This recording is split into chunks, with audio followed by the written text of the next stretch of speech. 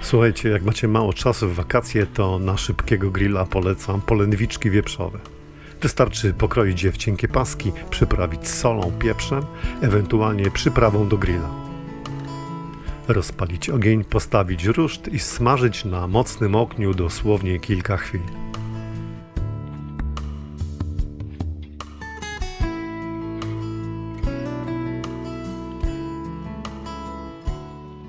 Robi się je wręcz ekspresowo szybko, a są wyjątkowo smaczne.